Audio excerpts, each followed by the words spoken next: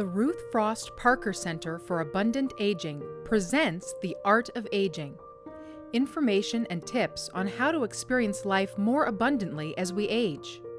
Our hosts are John King and Reverend Beth Long Higgins, Executive Director of the Ruth Frost Parker Center in Marion, Ohio, an organization affiliated with the United Church of Christ.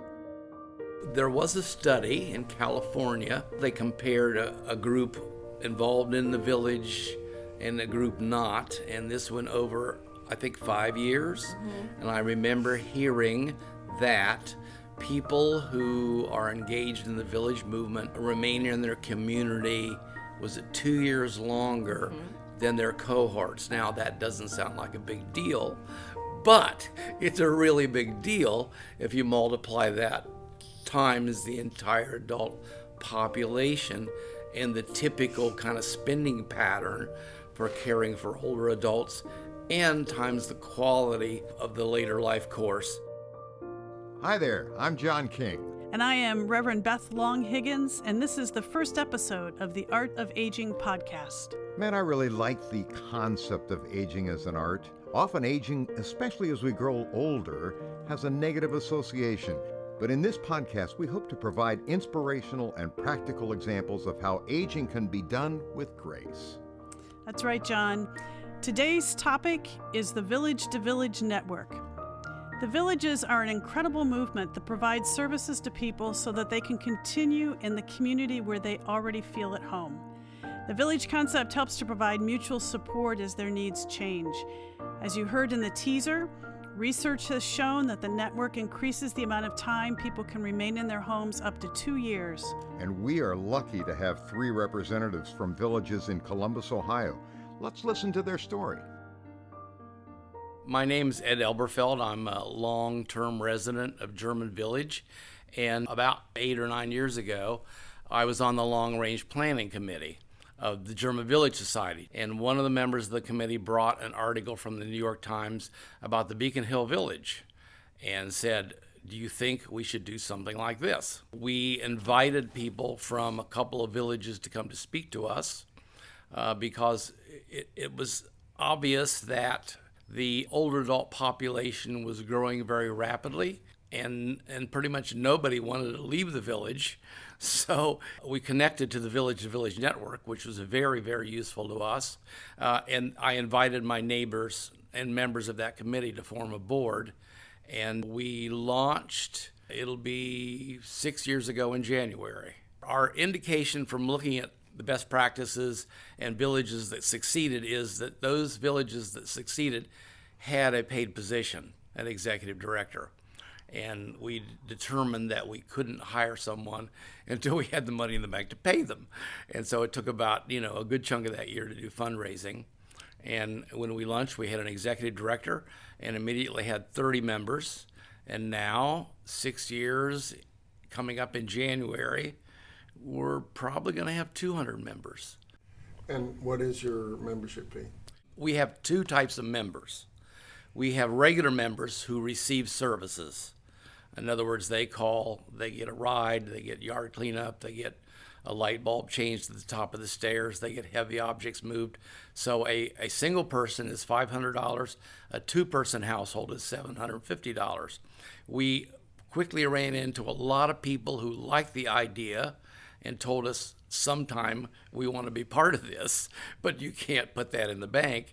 So we came up with a social membership, which is $125 for a 1 or 2-person household.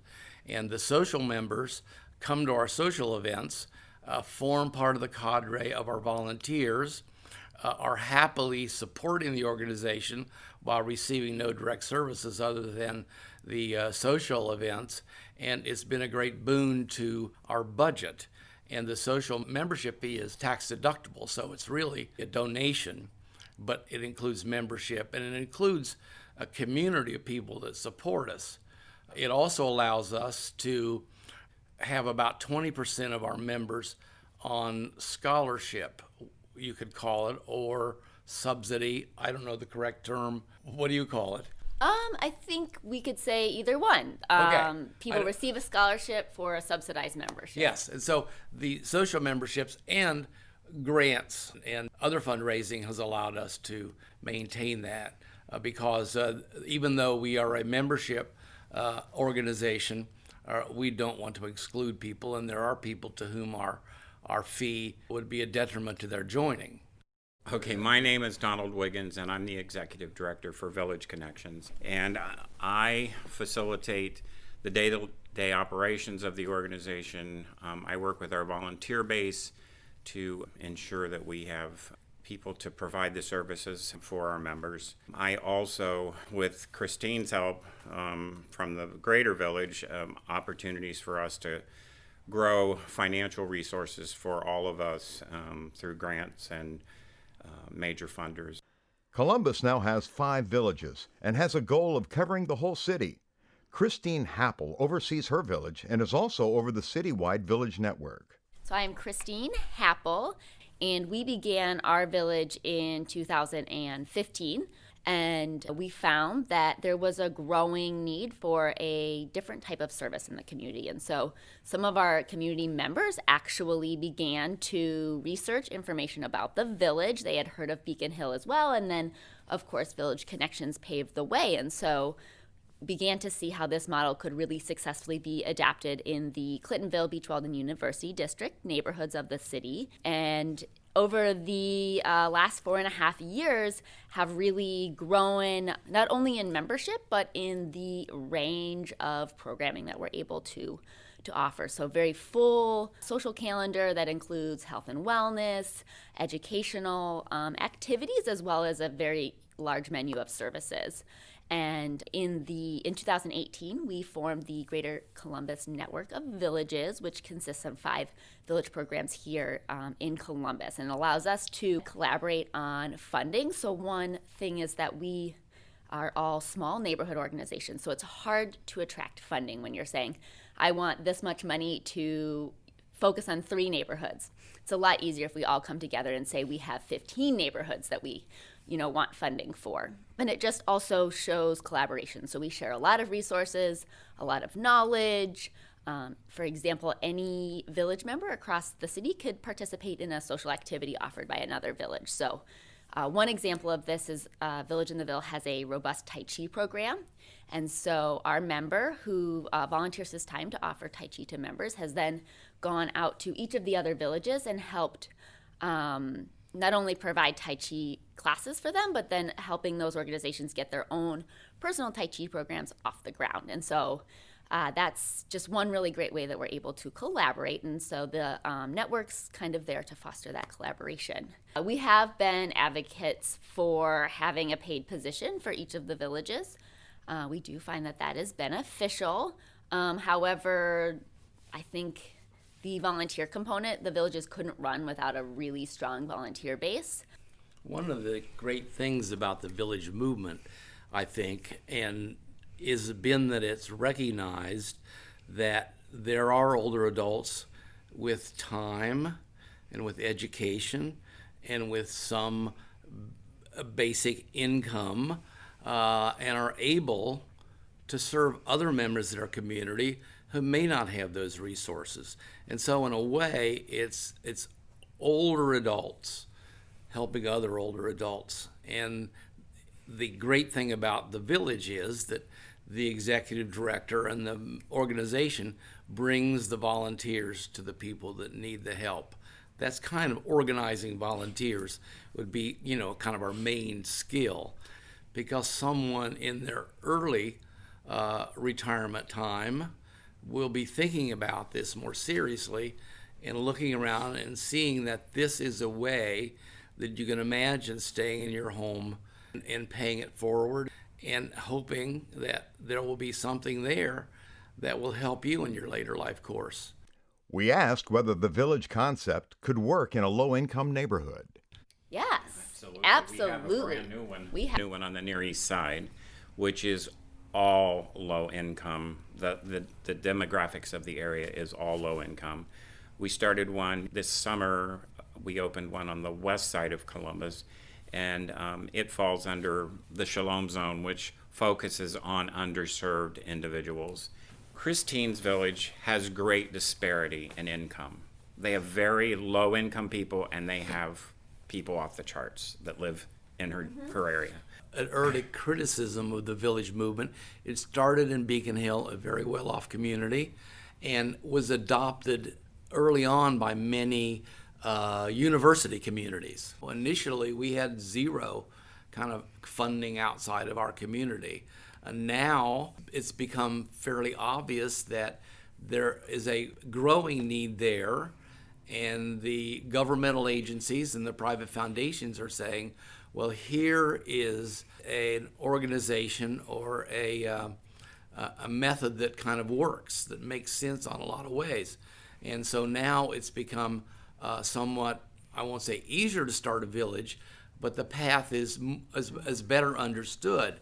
And that's why we're very anxious to support why, and you're the head of this, aren't you? The city group of villages, and why it's very important. I'm speaking to you now, actually. Yeah. It's very important that these lower income communities are able to succeed. This community recognizes that there needs to be something in every community, not just the well-off communities. And I think that Columbus is going to prove that axiom wrong, that it's only in well-off communities. One concern of the Columbus villages is becoming too successful. I think our greatest challenge for all of us is being careful that we don't grow so large that we can't maintain the things that are making us special and make us work right now. You know, we're taking a hard look at that right now. How many members can we actually service? We have 58 right now that we provide services for, which is, it's a lot. I mean, we just had this year, I just did a little thank you. We've done over 500 transportation requests this year. That's more than one a day. 205 members. We have 205 members. That is inclusive of our social members as well. 58 of those 205 receive services. So how many of those are providing services? We have about 63 volunteers. So I don't know, Christine, what's your mix like? Yeah, so we have about 40 designated village volunteers. 48% of Village in the Ville's members are also volunteers, right? But part of my role is to really grow a volunteer relationship with someone who's going to dedicate time to the village specifically and understand our mission, get to know our members, because that's one of the differences with the village, is that we really try to emphasize the importance of relationships. And so I gave you that age and place term earlier, but we don't really use that anymore. We say age and community, because it's all about feeling a part of where you're living and having those relationships. We know very much that relationships are an important part of how well you age, not only to feel included and to have friendships, but also that these people support you. So I always encourage members to get in touch with me. Most commonly, too, is transportation. That's a bulk of our services as well. You have people that are lonely. How do you deal with figuring out that somebody needs that? Yeah, it's building that rapport. So I find that my members are actually pretty honest with me about their needs, and that has come with time and attention and getting to know the members. And sometimes you can just tell. So as a social worker, I have some skills in being able to pick up on someone's needs. And so offering something and seeing if someone takes advantage of that offer too can be really helpful. I'll say one of the greatest surprises to me, I did not realize how important the social aspect would be. Many older adults are isolated in their homes, and it's not healthy. It's the opposite of that. It's very unhealthy. And it is so gratifying to find ways, and there's no one way, to reconnect folks to their neighbors and to other parts of the community. We have a lot of social activities, but the friendly visit is our way to connect to people who won't come to things or are not comfortable coming to things.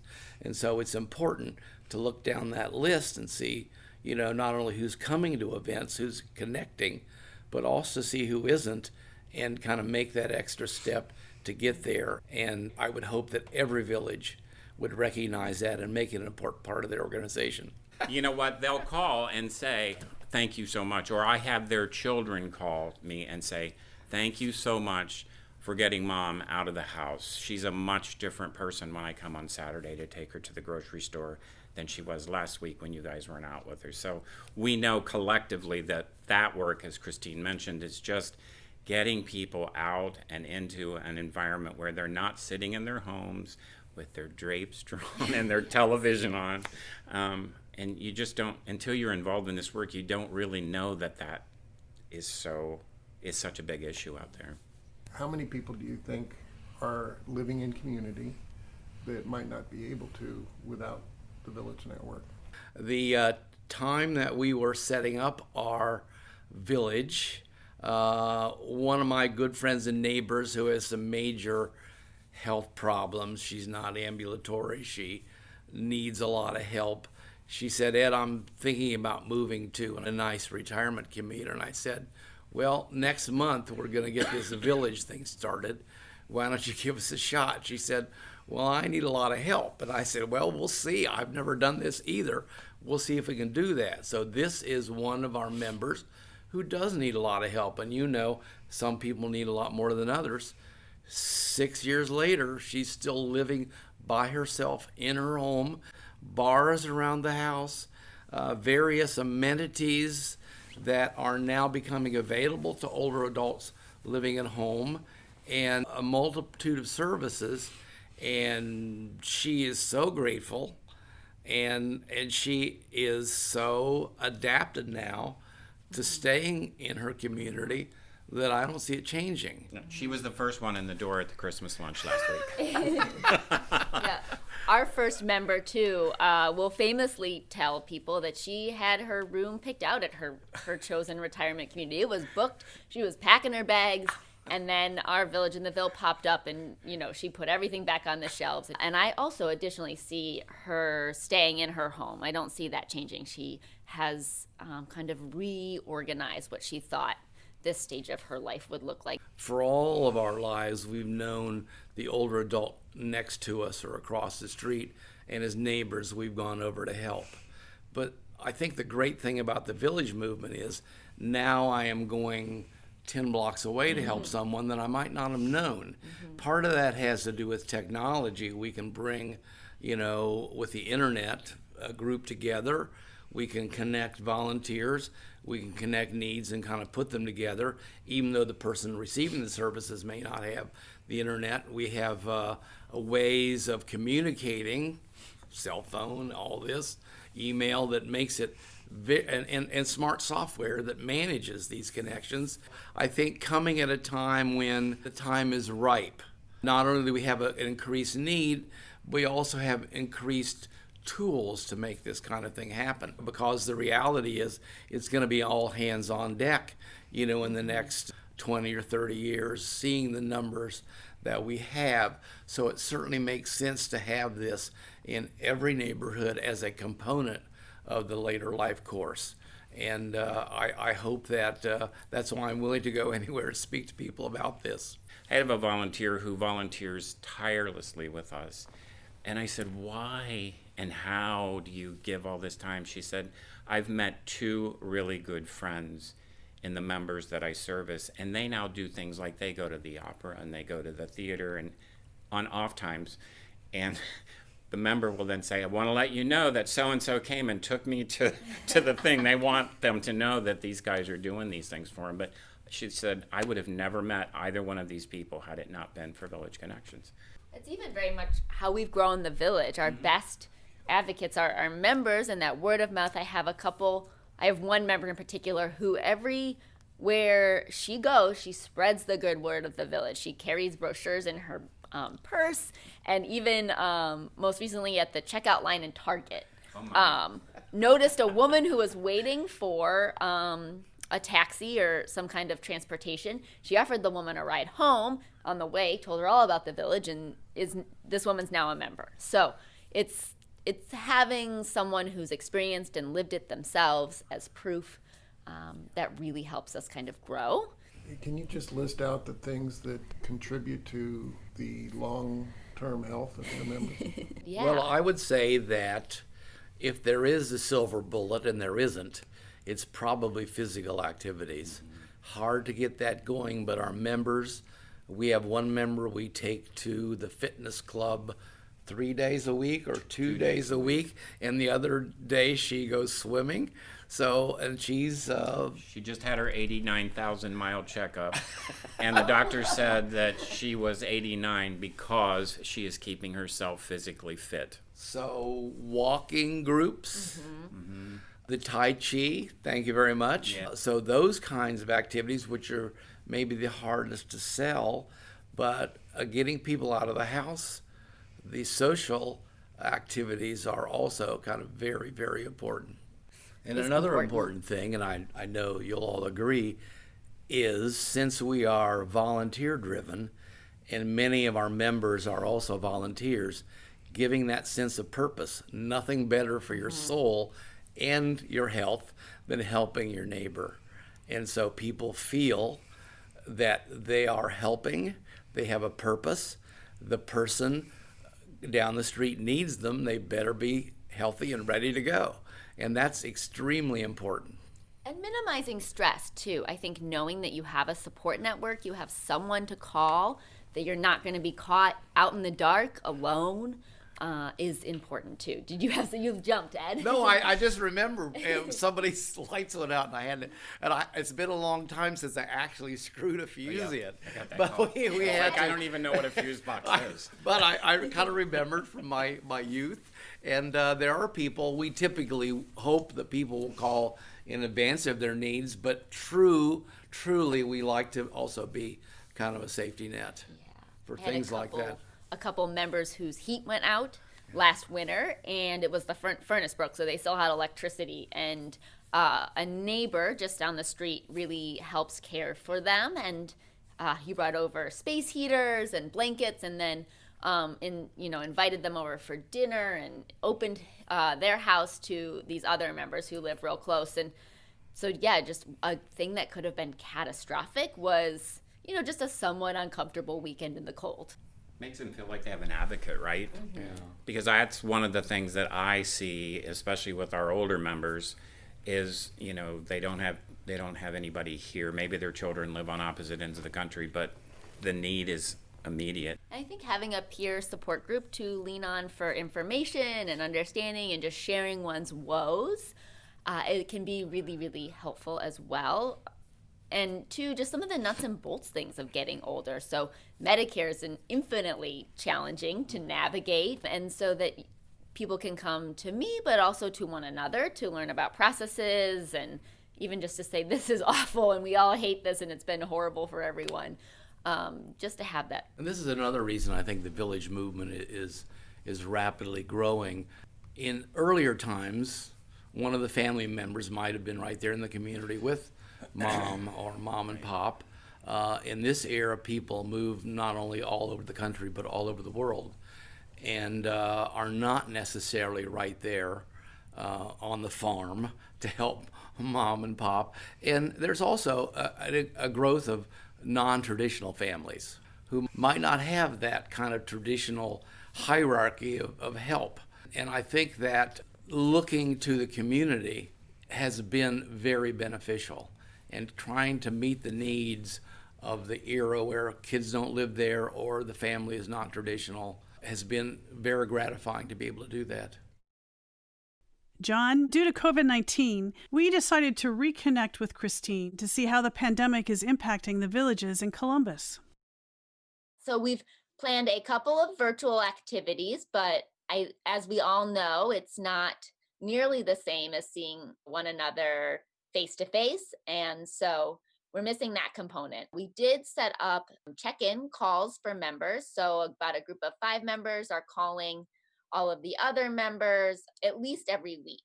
And we've been using a nice platform where members can go online and check in and say, how they're doing and if they need anything. So we're still able to follow up with folks, but again, missing that in-person, one-on-one ability to touch base. I think a lot comes out of getting to have a conversation with someone, getting to really see them in person and get a sense for their well-being. This coming week, folks will begin to be able to return to doctor's appointments. And then it's spring, so I'm sure we'll start doing yard work soon enough and be able to find ways that we can have volunteers help members and then still maintain social distance and safety for everyone involved. So I know driving is huge, and you're saying you're just starting doctor's appointments. Are you concerned about getting enough volunteers, or has that been a problem? So it is concerning, thinking that a lot of the members have expressed that they wish to continue to maintain as much distance as possible. And so I'm not sure we will want to put upon them, or that they will be willing to volunteer to do some of the jobs they were doing before COVID-19 came on the scene. So yes, it is concerning, but maybe an opportunity to tap into new folks. As a community, we've seen a vast number of new people volunteer for the organization as we've done our emergency necessity bag deliveries. This entire situation has brought a new light on the needs of older adults, and that I'm hoping as a community we're more finely tuned to the needs of our older community members. But it'll be, like all of this, a new road too.